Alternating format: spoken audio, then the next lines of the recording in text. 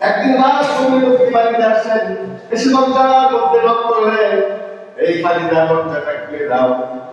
Knock করতে দেরি, ডাক দিতে দেরি, আম্মা জান দরজা খুলে নবীজিকে সালাম জানাইতে দেরি নাই। নবীজি বড় আশ্চর্য হয়ে গেছে, কিরে এত রাত গভীর হয়ে গেছে, এসে ডাক দেওয়ার সাথে সাথে একটু দরজাটা খুলে দিলা, এই খালিদা তুমি কি ঘুমাও নাই? আম্মা জান বলেন, ইয়া রাসূলুল্লাহ ইয়া হাবিবাল্লাহ, নবীজি আপনাকে ঘরের বাহির থেকে আমি কেমন করে ঘুমাইতে বসতে পারলাম? ইয়া রাসূলুল্লাহ, মক্কার সমস্ত কাফেররা বেঈমানকে দিলেরা হলো আপনার দুশমন, আর আপনাকে মারার জন্য হত্যা করার জন্য ষড়যন্ত্র করে। ইয়া রাসূলুল্লাহ, আপনাকে ঘরের বাহির থেকে আমি কেমন করে ঘুমাই? ইয়া রাসূলুল্লাহ, আমি যদি ঘুমায় যাই, গভীর রাতে যদি আপনি বাড়িতে আসেন, দরজার মধ্যে যদি নক করতে থাকেন, ডাকতে থাকেন, আমার কি দরজা খুলতে দেরি হয়? ইয়া রাসূলুল্লাহ, এই শরীরে যদি কোনো কাফের বেঈমান আপনি আক্রমণ করে বসেন, তো সত্য করতে পারবো না। ইয়া রাসূলুল্লাহ, এই কারণে যতক্ষণ পর্যন্ত আপনি ঘরের মধ্যে ফিরে না আসেন, আমি খালিদা বিছানার সাথে টিপ লাগাই দেন।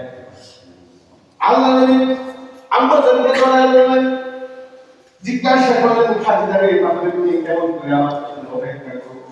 ইয়া রাসূলুল্লাহ, নবীজি যতক্ষণ পর্যন্ত আপনি ঘরে না আসেন, আমি খালিদা কখনো দরজার সাথে, কখনো ঘরের খুঁটির সাথে হেলান দিয়া দিয়া ঘুমাই। সুবহানাল্লাহ, যাতে একবার ডাক দেওয়ার সাথে সাথে আমি খালিদা দরজাটা খুলে দিই।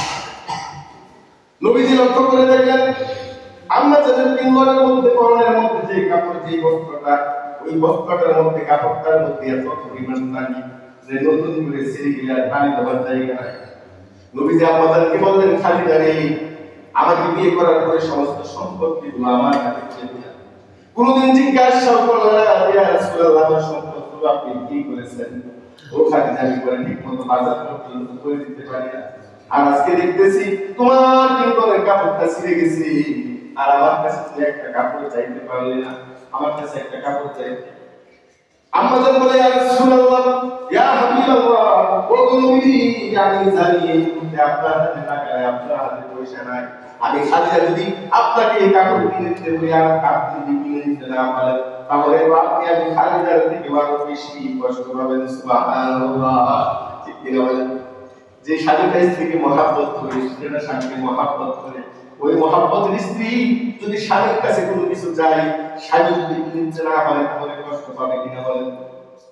বন্ধুগণ আমার, নবীজি আম্মা জানকে ডাক দিয়ে বললেন, খালিদা রে, দিনের জন্য তুমি এত কষ্ট করতেছো, এত কুরবানি করতেছো, যাও তোমাকে আমি কথা দিলাম, তোমার সাথে ওয়াদা করলাম, কিয়ামতের ময়দানে আমি রহমাতুল লিল আলামিন তোমার সাথে জান্নাতের মধ্যে থাকবো। সুবহানাল্লাহ।